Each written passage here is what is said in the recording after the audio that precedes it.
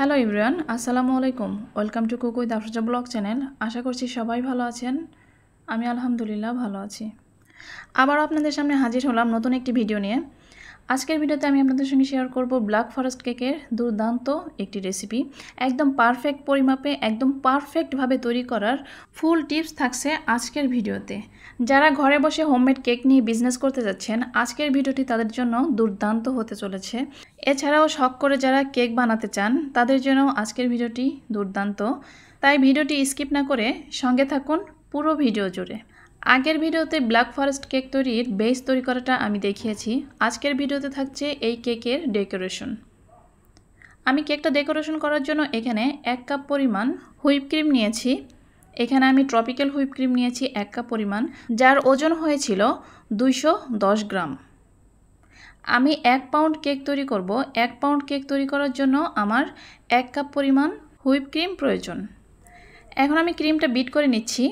প্রথমে আমি লো স্পিডে 1 মিনিটের মতো বিট করে নেব, তারপর আমি স্পিড 2 দিয়ে 2 মিনিটের মতো বিট করে নেব। বিটার এক এক রকম হয়। আমার বিটারে 2 থেকে 3 মিনিটের মধ্যে ক্রিম তৈরি হয়ে যায়। আমি ক্রিমটা ডিপ ফ্রিজে রেখেছিলাম। ডিপ ফ্রিজ থেকে 1 ঘন্টা আগে বের করে রেখে দিয়েছিলাম, তারপরে বিট করেছি।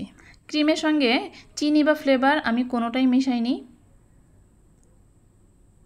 এই ক্রিমটা এমনিতেই খেতে মিষ্টি হয়, যার কারণে আমি এখানে কোনো মিষ্টি বা কোনো ফ্লেভার অ্যাড করিনি।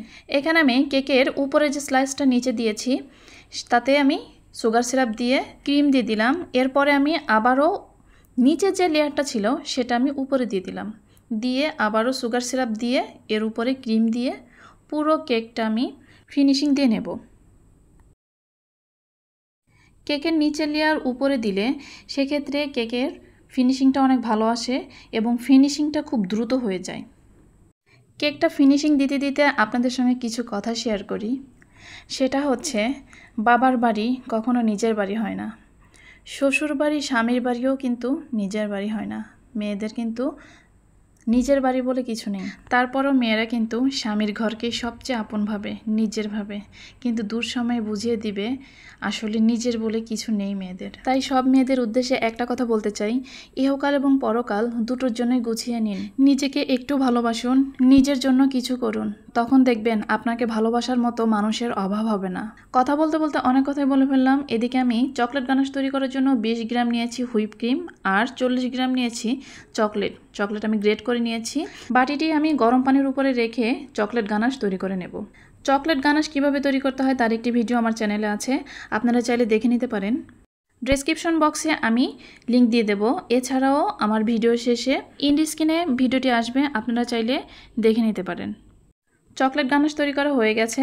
এখন চকলেট গানাশ অর্ধেক কেকের উপরে আমি দিয়ে দেব। মেয়েদের উদ্দেশ্যে আরও একটা কথা বলতে চাই, সেটা হচ্ছে নিজের প্রায়োরিটি যদি বাড়াইতে চান তাহলে অবশ্যই নিজে উপার্জন করার চেষ্টা করুন। সেটা ছোট হোক আর বড় হোক, মানুষ ছোট থেকেই বড় হয়।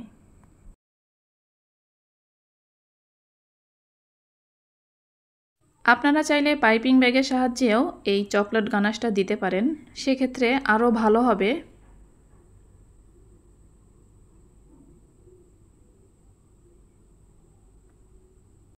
এখন আমি 1M নজলের সাহায্যে কিছু ফুল দিয়ে নেব মাঝখান দিয়ে।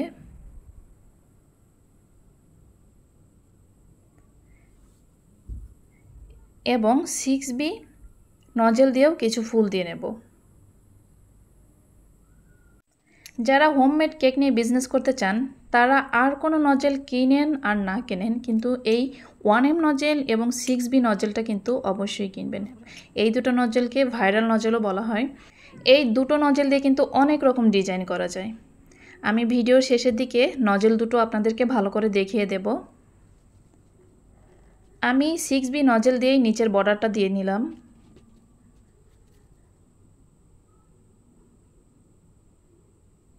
এখন আমি কিছু চেরি দিয়ে এই কেকটা আরেকটু সুন্দর দেখানোর জন্য ডেকোরেশন করে নেব। আমি ফুলগুলোর উপর দিয়ে চেরিগুলো বসিয়ে দিলাম।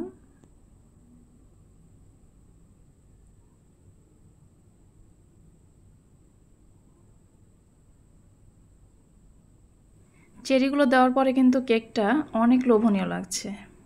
আপনাদের কাছে কেমন লাগছে অবশ্যই কিন্তু জানাবেন। চেরিগুলো বসানো হয়ে গেল।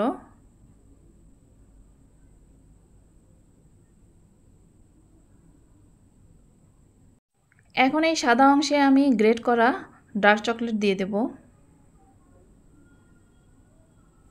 কোনো কাজে আসলে একদিনই শেখা সম্ভব নয়।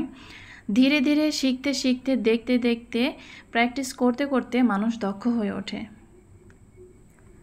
আমিও হয়তোবা এখনও অনেক কিছু জানি না, তবে ইনশাল্লাহ আস্তে আস্তে আরও অনেক কিছু শিখব, শেখার ইচ্ছা আছে, শিখে নেব এবং আপনাদেরকেও শেখাবো।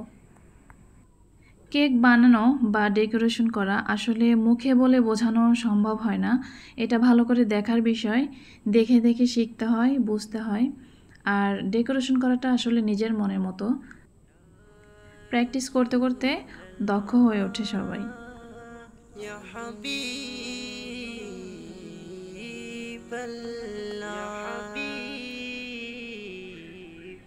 মনে বড় আশা ছিল যাব মদিনা, মনে বড় আশা ছিল যাব মদিনা।